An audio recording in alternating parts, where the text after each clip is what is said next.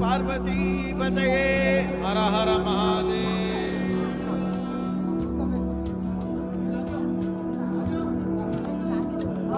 ವಂದೇ ಶಂಭು ಮಹಾಪತಿಂ ಸುರಗುರುಂ ವಂದೇ ಜಗತ್ಕಾರಣಂ ವಂದೇ ಪನ್ನಗಭೂಷಣಂ ಮೃಗಧರಂ ವಂದೇ ಪಶೂನಾಂ ಪತಿಂ ವಂದೇ ಸೂರ್ಯಶಶಾಂಕವರ್ಣಿನಯನಂ ವಂದೇ ಮುಕುಂದ ಪ್ರಿಯಂ ವಂದೇ ಭಕ್ತಜನಾಶ್ರಯಂತ ಹೃದಯಂ ವಂದೇ ಶಿವಂ ಶಂಕರಂ ನಮಃ ಪಾರ್ವತೀ ಪತಯೇ ಹರ ಹರ ಮಹಾದೇವ.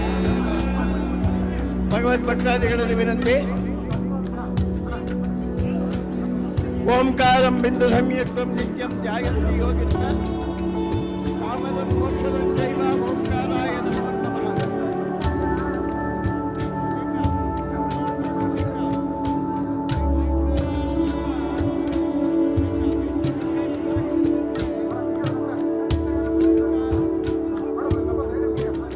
ಓಂಕಾರ ಬಿಂದು ಸಂಯೋಗೇನ ಓಂಕಾರಃ.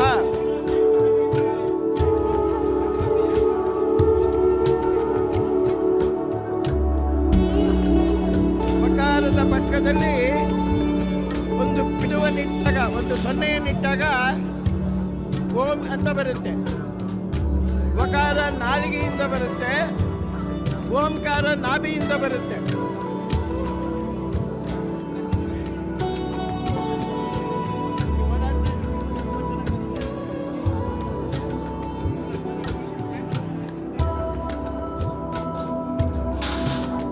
ಓಂ ಅನ್ನೋ ಶಕ್ತಿ ಇಡೀ ಜಗತ್ತನ್ನು ನಡವಳಿಸಿದೆ. ಆ ಬಿಂದುವಿನ ಒಂದು ಶಕ್ತಿ ಇಡೀ ಜಗತ್ತೇ ಬಿಂದುವಿನೊಳಗಿದೆ.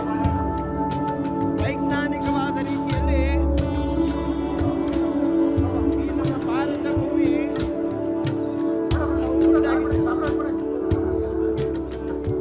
ಈ ನಮ್ಮ ಏನು ಓಂಕಾರ ಇದೆ, ಬಿಂದು ರೂಪದಲ್ಲಿ ಇಡೀ ಭಾರತ ಭೂಮಿಯೇ ಇದೆ.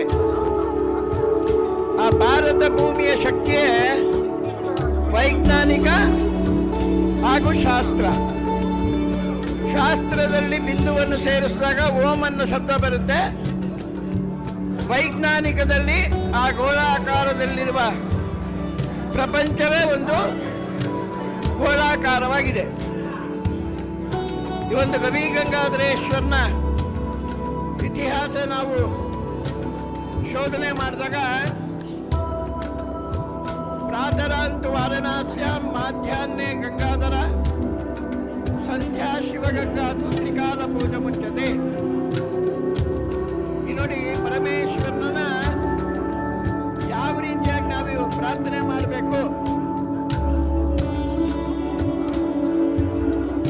ದಿವ್ಯಾಲಿಂಗನ ವಾಮಹಸ್ತಕಮಲಂ ವಿನ್ಯಸ್ಯ ಸವ್ಯಂ ಕರಂ ದಿವ್ಯಾಸ್ತತ್ತು ಬಹುಪ್ರಿಯಂ ಸುವದನಂ ದಲ್ಪಂತುಮಾಲಾಸ್ಥಿತಂ ಸವ್ಯೋರೂಪರಯೋಜಯಂತಮಬಲಾಂ ಗಂಗಾಜಟಾಗ್ರೇ ಭೃಶಂ ವಾಮೇ ಕೃಷ್ಣಮೃಗೇತರಂ ಪಶುಪತಿಂ ಗಂಗಾಧರೇಶಂ ಭಜೆ.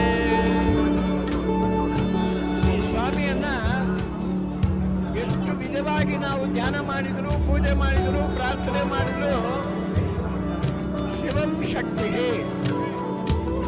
ಶಿವ ಅನ್ನೋದು ಒಂದು ಶಕ್ತಿ, ಶಕ್ತಿಯಿಂದ ಒಂದು ಶಿವ.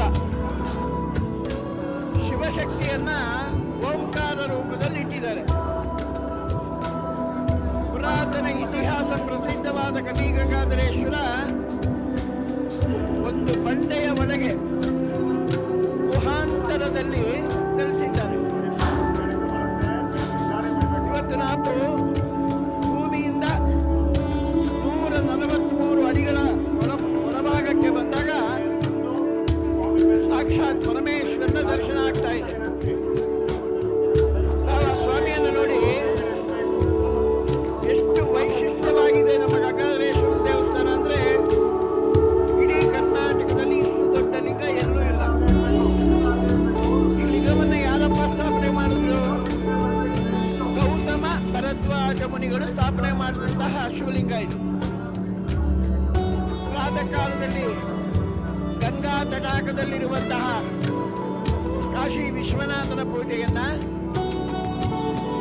ತನ್ನ ಗುಹೆಯಲ್ಲಿರುವಂತಹ ಕವಿ ಗಂಗಾಧರೇಶ್ವರನ್ನ ಸಾಯಂಕಾಲ ಶಿವಗಂಗೆ ಪರ್ವತದಲ್ಲಿರುವ ಗಂಗಾಧರನನ್ನ ಪೂಜೆ ಮಾಡಿದ್ರು. ಅಂತಹ ಋಷಿಮುನಿಗಳಿಂದ ಪೂಜಿಸಲ್ಪಟ್ಟ ಈ ಗಂಗಾಧರೇಶ್ವರ ದಕ್ಷಿಣಾಭಿಮುಖವಾಗಿದೆ. ಎಲ್ಲ ಶಿವಾಲಯಗಳು ಪೂರ್ವ ಪಶ್ಚಿಮ ಉತ್ತರಾಭಿಮುಖವಾಗಿದ್ರೆ ಈ ನಮ್ಮ ಸ್ವಾಮಿಯು ದಕ್ಷಿಣಾಭಿಮುಖವಾಗಿದ್ದಾರೆ. ಇಂತಹ ದಕ್ಷಿಣಾಭಿಮುಖವಾಗಿರುವಂತಹ ಪರಮೇಶ್ವರನ ಮೇಲೆ ಸೂರ್ಯಲೋಕದಿಂದ ಬಂದು ಸೂರ್ಯ ಭಗವಂತ ಇವತ್ತು ಪೂಜೆ ಮಾಡ್ತಾ ಇದ್ದಾನೆ. ಆ ಸೂರ್ಯ ಭಗವಂತ ಈಗ ನಮ್ಮ ಸೂರ್ಯ ದ್ವಾರ, ಈ ದೇವಸ್ಥಾನದಲ್ಲಿ 4 ದ್ವಾರಗಳಿದೆ. ಒಂದು ಸೂರ್ಯ ದ್ವಾರ, ಈಗ ಪರಮಾತ್ಮ ಸೂರ್ಯ ದ್ವಾರವನ್ನು ಪ್ರವೇಶ ಮಾಡಿದ್ದಾರೆ. ಸೂರ್ಯ ದ್ವಾರದಿಂದ ಆಲಯದ ಅಂತರ್ದ್ವಾರ. ಆಲಯದ ಅಂತರ್ದ್ವಾರ ಅಂದ್ರೆ ನಮ್ಮ ಆಲಯ ಏನಿದೆ, ಆಲಯದ ಬಲಭಾಗದಲ್ಲಿರುವಂತಹ ದ್ವಾರ. ಆ ದ್ವಾರವನ್ನು ಪ್ರವೇಶ ಮಾಡಿದ ಸೂರ್ಯ ಭಗವಂತ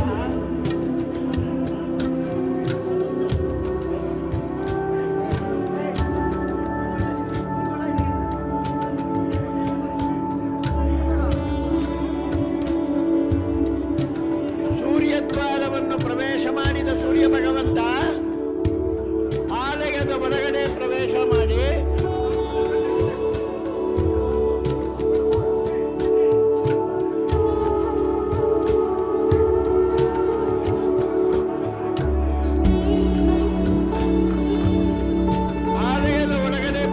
ಮಾಡಿ ಭಗವಂತನಾದ ಗಂಗಾಧರನನ್ನ ಸ್ಪರ್ಶ ಮಾಡುವುದೇ ಬಹಳ ವಿಶೇಷ. ಈ ಸ್ಪರ್ಶ ಮಾಡುವ ವಿಶೇಷ ಇದೆ ನೋಡಿ, ತಮಗೆಲ್ಲ ಕಾಣಿಸ್ತಾ ಇದೆ.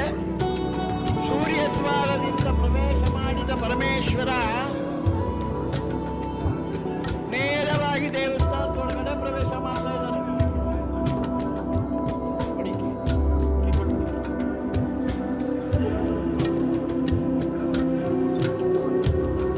ಸೂರ್ಯ ದ್ವಾರದಿಂದ ಪ್ರವೇಶ ಮಾಡಿದಂತಹ ಭಗವಾನ್ ಸೂರ್ಯ ಪರಮಾತ್ಮ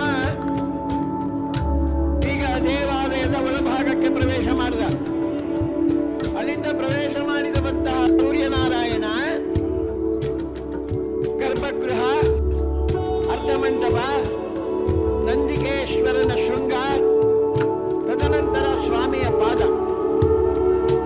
ಸಾಮಾನ್ಯವಾಗಿ ಶೃಂಗ ಮಧ್ಯೆ ಶಿವನ್ ದೃಷ್ಟ ಪುನರ್ಜನ್ಮಂ ನ ವಿದ್ಯತೆ. ಶಾಸ್ತ್ರವನ್ನು ಬಹಳ ವಿಶೇಷವಾಗಿ ಹೇಳ್ತಾರೆ. ಶೃಂಗಗಳ ಮಧ್ಯದಿಂದ ಈಶ್ವರನನ್ನ ದರ್ಶನ ಮಾಡಿದರೆ ಮೋಕ್ಷ ಸಿಗುತ್ತೆ. ಯಾಗದು ಮೋಕ್ಷಕ್ಕೆ ಆಗಿದ್ದಾರೆ? ಪಾರ್ವತಿ ಪರಮೇಶ್ವರರು ಪ್ರದೋಷ ಸಮಯದಲ್ಲಿ ಕೈಲಾಸ ಪರ್ವತದಲ್ಲಿ ದಂಪತಿಗಳಿಬ್ಬರು ಆಸೀನರೂಢರಾಗಿರ್ತಾರೆ. ಪಾರ್ವತಿ ಪರಮೇಶ್ವರರು ಆಸೀನರೂಢರಾದಂತಹ ಕೈಲಾಸ ಪರ್ವತದಲ್ಲಿ ಏವಂ ಪ್ರದೋಷ ಸಮಯೇ, ಆ ಪ್ರದೋಷ ಕಾಲದಲ್ಲಿ ಸ್ವಾಮಿ ನಂದಿಯ ಸಮೇತನಾಗಿರ್ತಾರೆ. ಆಗ ಸ್ವಾಮಿ ನಂದಿ ಒಂದು ವರವನ್ನು ಕೇಳ್ತಾರೆ, ಯಾರು ನನ್ನ ಕೊಂಬಿನ ಮಧ್ಯದಲ್ಲಿ ನಿನ್ನ ದರ್ಶನವನ್ನು ಮಾಡ್ತಾರೆ ಅವರಿಗೆ ಮೋಕ್ಷ ಕೊಡಿ. ಪಾರ್ವತಿ ಪರಮೇಶ್ವರನನ್ನ ತನ್ನ ವೃಷಭಾರೂಢ ಮೂರ್ತಿಯಾಗಿ ಕರೆದು ಭೂಲೋಕ ಸಂಚಾರ ಮಾಡಿದ ನಂತರ ಹಿಮವತ್ ಪರ್ವತದಲ್ಲಿ ಪಾರ್ವತಿ ಪರಮೇಶ್ವರರು ಆಸೀನರಾಗಿರ್ತಾರೆ. ಆಸೀನರಾದಂತಹ ಪಾರ್ವತಿ ಪರಮೇಶ್ವರರ ದರ್ಶನವನ್ನು ಮಾಡಿದ ಮೇಲೆ ಆ ಶೃಂಗಗಳ ಮಧ್ಯದಿಂದ ಯಾರು ಭಗವಂತನ ದರ್ಶನ ಮಾಡ್ತಾರೆ, ಏವಂ ಪ್ರದೋಷ ಸಮಯೇ, ಖಂಡಿತವಾಗ್ಲೂ ಅವ್ರಿಗೆ ಮೋಕ್ಷ ಸಿಗುತ್ತೆ. ಅದನ್ನ ನಾವು ಶಾಸ್ತ್ರದಲ್ಲಿ ಅಳವಡಿಸಿದಾಗ ಗೌತಮ ಋಷಿಗಳು, ಭಾರದ್ವಾಜ ಋಷಿಗಳು ಪೂಜೆ ಮಾಡಿದಂತಹ ಈ ಪ್ರಸನ್ನ ಗಂಗಾಧರೇಶ್ವರನನ್ನ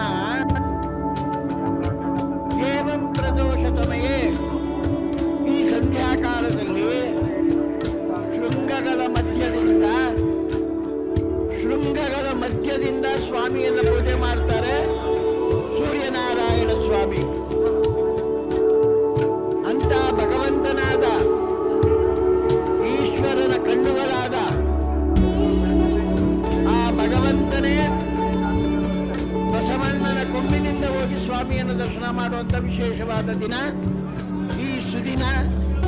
ಸಂಕ್ರಾಂತಿಯ ವಿಶೇಷವಾದ ದಿನ. ಇವತ್ತು ತಾವು ಭಕ್ತಾದಿಗಳೆಲ್ಲ ಆನಂದವಾಗಿ ಕೂತ್ಕೊಂಡು ಈ ಒಂದು ವಿಶೇಷವಾದ ದರ್ಶನವನ್ನು ಮಾಡ್ತಾ ಇದ್ದೀರಾ.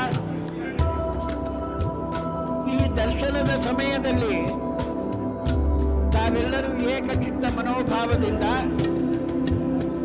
ಓಂ ನಮ ಶಿವಾಯ, ತಾವೇನು ಓಂ ನಮ ಶಿವಾಯ ಓಂ ನಮ ಶಿವಾಯ ಅಂತ ತಾವು ಪ್ರಾರ್ಥನೆ ಮಾಡ್ತಾ ಇದ್ದೀರಾ, ತಮ್ಮೆಲ್ಲರ ಪ್ರಾರ್ಥನೆಯ ನಮ ಶಿವಾಯದ ಕೂಗು ಕೈಲಾಸದಲ್ಲಿರುವ ಪಾರ್ವತಿ ಪರಮೇಶ್ವರರಿಗೆ ಕೇಳಿ ಸೂರ್ಯ ಭಗವಂತನ ಪೂಜೆಯನ್ನು ಮಾಡೋದನ್ನ ನಿಮಗೆ ಅನನ್ಯವಾಗಿ ದರ್ಶನದ ಭಾಗ್ಯವನ್ನು ಕೊಡ್ತಾರೆ. ದಿನ ಸೂರ್ಯ ಉಡ್ತಾನೆ, ದಿನ ಸೂರ್ಯ ಮುಳುಗ್ತಾನೆ, ದಿನ ಗಂಗಾಧರೇಶ್ವರ ದೇವಸ್ಥಾನ ಇಲ್ಲೇ ಇರುತ್ತೆ.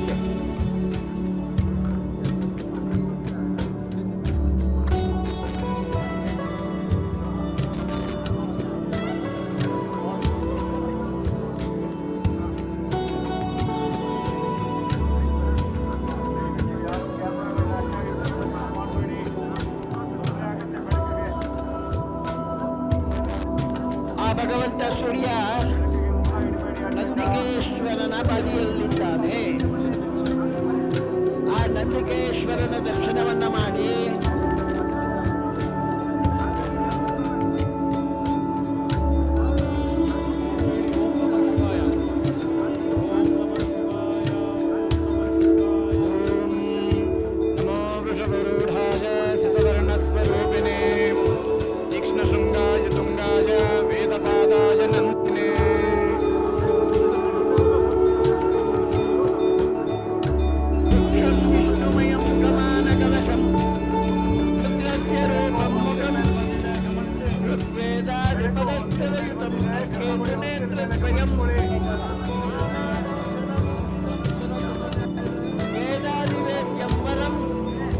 ಅಂಡಂ ತೀರ್ಥಮಯಂ ಸುಧರ್ಮ ಹೃದಯಂ ಶ್ರೀನಂದಿಕೇಶಂ ಭಜೆ. ನೋಡಿ ಎಷ್ಟು ವಿಶೇಷವಾಗಿದೆ. ತೀಕ್ಷ್ಣ ಶೃಂಗಾಯ ವಿದ್ಮಹೆ ವೇದ ಪಾದಾಯ ಧೀಮಹೆ ತನ್ನೋ ನಂದಿ ಪ್ರಚೋದಯ. ಸಾಮಾನ್ಯವಾಗಿ ಮಂತ್ರಗಳಲ್ಲಿ ಹೇಳ್ತಾರೆ, ಗಾಯತ್ರಿಗಿಂತ ಮಂತ್ರವಿಲ್ಲ, ತಾಯಿಗಿಂತ ದೇವರಿಲ್ಲ. ಇವತ್ತು ನಮ್ಮ ಹಿಂದೂ ಧರ್ಮದಲ್ಲಿ ಮಾತಾ ಪಿತೃಗಳ ಪಾದವನ್ನು ಮುಟ್ಟಿ ನಮಸ್ಕಾರ ಮಾಡಿ ಇಂದಿನ ದಿನ ಶುಭವಾಗಲಿ ಅಂತ ಕೇಳುವಂತಹ ಸಾನ್ನಿಧ್ಯ ಬಹಳ ಕ್ಷೀಣಿಸ್ತಾ ಇದೆ. ಹಿಂದಿನ ಕಾಲದಲ್ಲೆಲ್ಲ ಬೆಳಗ್ಗೆ ಎದ್ದ ತಕ್ಷಣ ತಂದೆ ತಾಯಿಗಳಿಗೆ ನಮಸ್ಕಾರ ಮಾಡಿ ಈ ದಿನ ಶುಭವಾಗಲಿ, ಈ ಶುಭ ದಿನ ನನಗೆ ಸದಾ ಸಿಗಲಿ ಅಂತ ಹೇಳಿ ಪ್ರಾರ್ಥನೆ ಮಾಡ್ತಾ ಇದ್ರು. ಈಗಲೂ ಮಾಡ್ತಾ ಇದ್ದಾರೆ, ನಮ್ಮವ್ರು ಯಾರು ಇಲ್ಲ ಅಂತಲ್ಲ, ಆದ್ರೂ ಕಮ್ಮಿ ಆಗ್ತಾ ಇದೆ. ತೀಕ್ಷ್ಣ ಶೃಂಗಾಯ ವಿದ್ಮಹೆ ವೇದ ಪಾದಾಯ ಧೀಮಹೆ. ಏನಿವತ್ತು ಋಗ್ವೇದ, ಯಜುರ್ವೇದ, ಸಾಮವೇದ, ಅಥರ್ವಣ ವೇದ 4 ವೇದಗಳಿದೆ. ಆ 4 ವೇದಗಳೇ ನಂದಿಯ 4 ಪಾದಗಳು, ತೀಕ್ಷ್ಣವಾದ ಶೃಂಗಗಳು. 4 ಪಾದಗಳೇ ವೇದ. ಅಂಡಂ ತೀರ್ಥಮಯಂ ಸುಧರ್ಮ ಹೃದಯಂ. ತಾವಲ್ಲಿ ಕೂತಿರೋರು ಬಹಳ ಜನ ಕಾಶಿಗೆ ಹೋಗಿ ಬಂದಿದ್ದೀರಾ. ಕಾಶಿಯಲ್ಲಿ ಈ ಬಸವಣ್ಣ ರೋಡ್ನಲ್ಲೆಲ್ಲ ಓಡಾಡ್ತಾ ಇರುತ್ತೆ, ಆದರೆ ಅದರ ಕೊಂಬು ತೀಕ್ಷ್ಣವಾಗಿರುತ್ತೆ.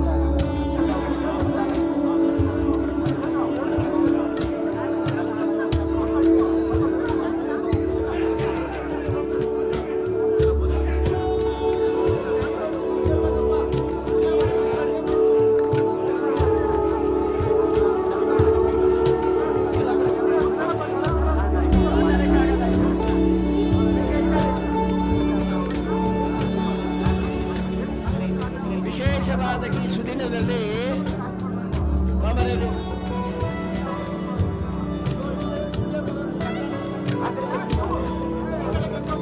ಈ ಸುದಿನದಲ್ಲಿ ಆ ಈಶ್ವರನ ಪ್ರಾರ್ಥನೆಯನ್ನು ಮಾಡುವುದೇ ನೋಡಿ ಬಹಳ ವಿಶೇಷ.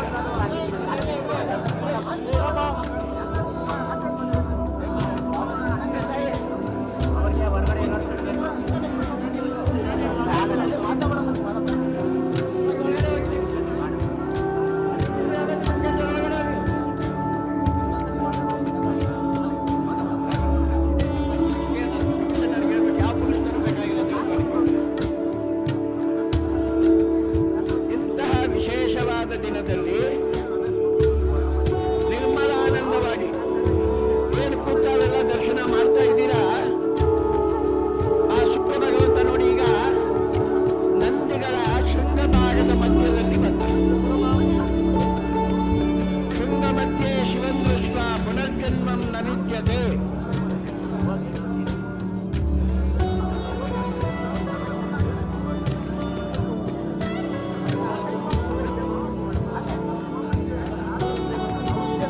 ಆ ನಂದಿಯ ಶೃಂಗಗಳ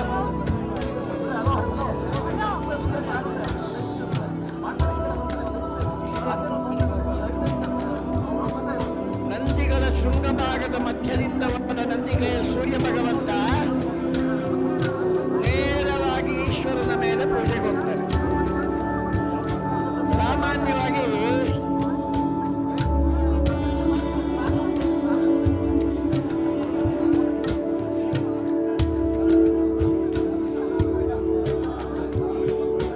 ಶೃಂಗಗಳ ಮಧ್ಯಭಾಗದಲ್ಲಿ ಬಂದ ನಂದಿಕೇಶ್ವರನ ಭಾಗದಲ್ಲಿ ಪರಮಾತ್ಮ ಸೂರ್ಯ ಭಗವಂತ ಹೊರಟಿದನೀಗ.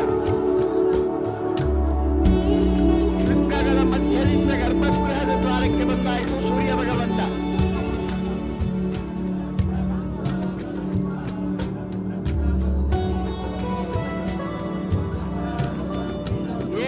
ರೀತಿಯಲ್ಲಿ ಆ ಸೂರ್ಯನಾರಾಯಣ ಭಗವಂತ ನಂದಿಯ ಶೃಂಗಗಳ ಮಧ್ಯಭಾಗದಿಂದ ಪ್ರವೇಶ ಮಾಡಿ ನಂದಿಯನ್ನ ಪ್ರಾರ್ಥನೆ ಮಾಡ್ತಾನೆ.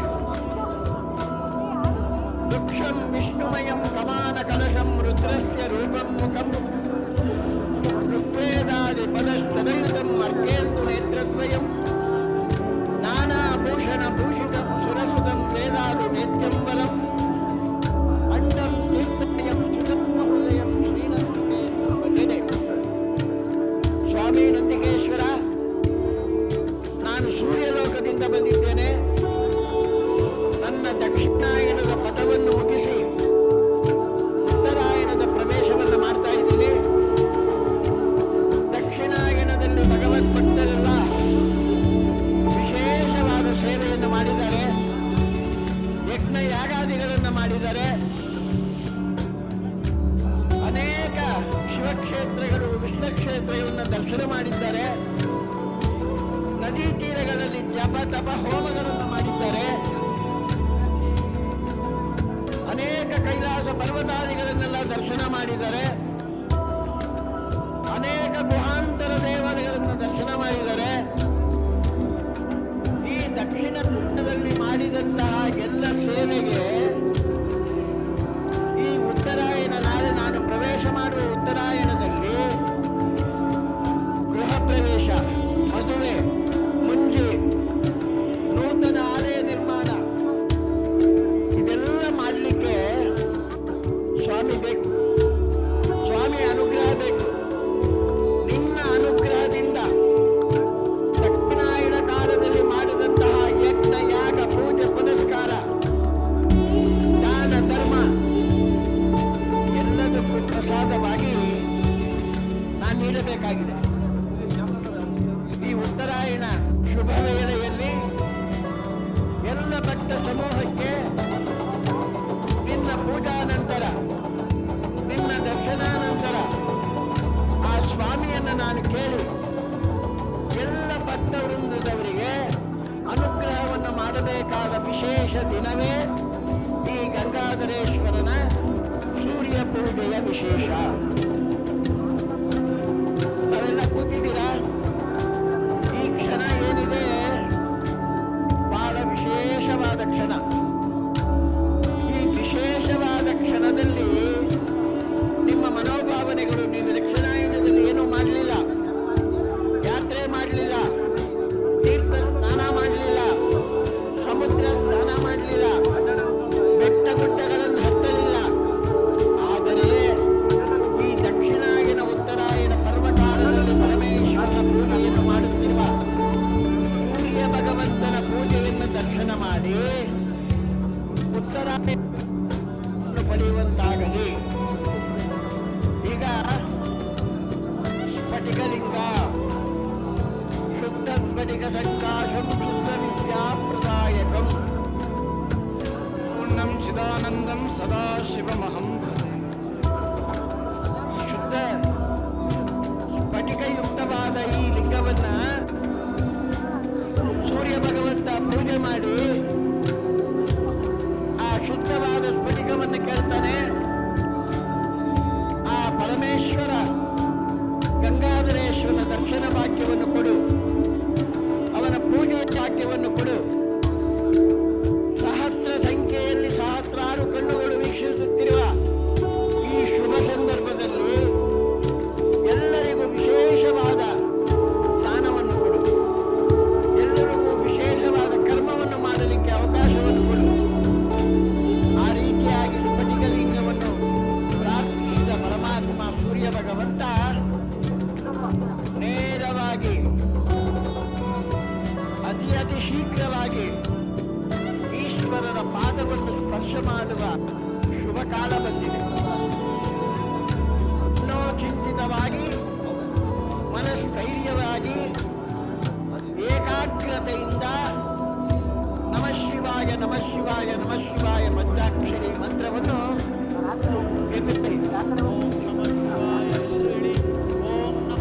ಭಸ್ಮಾಲೇಪನಕರಂ ತ್ರಿಪುಂಡ್ರ ವಿಲಸತೆ ಸಿಂಧೂರ ಚಿತ್ತಾಂತಂ ಢಕ್ಕಾ ವಾಮಗಣೇಶ ಸವ್ಯಪ್ರಹರಂ ಚರ್ಮಾಂಬರೇ ಶೋಭಿತಂ ಶೂಲಂ ಕೃಷ್ಣಮೃಗಸ್ಯ ಲಂಬಿತಕರಂ ಚೂಡೇಂದುಬದ್ಧಂ ಹರಂ ಸೇವೆ ಸೇಂದ್ರಚರಂತಪುನ್ನಮನಿಷಂ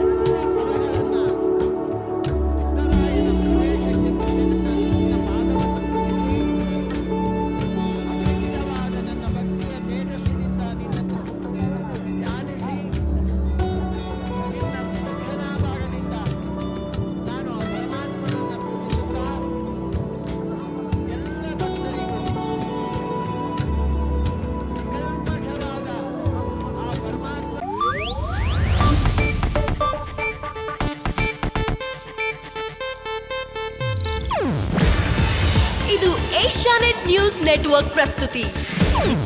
ನೀವು ನೋಡ್ತಿದ್ದೀರಾ ಏಷ್ಯಾ ನೆಟ್ ಸುವರ್ಣ ನ್ಯೂಸ್.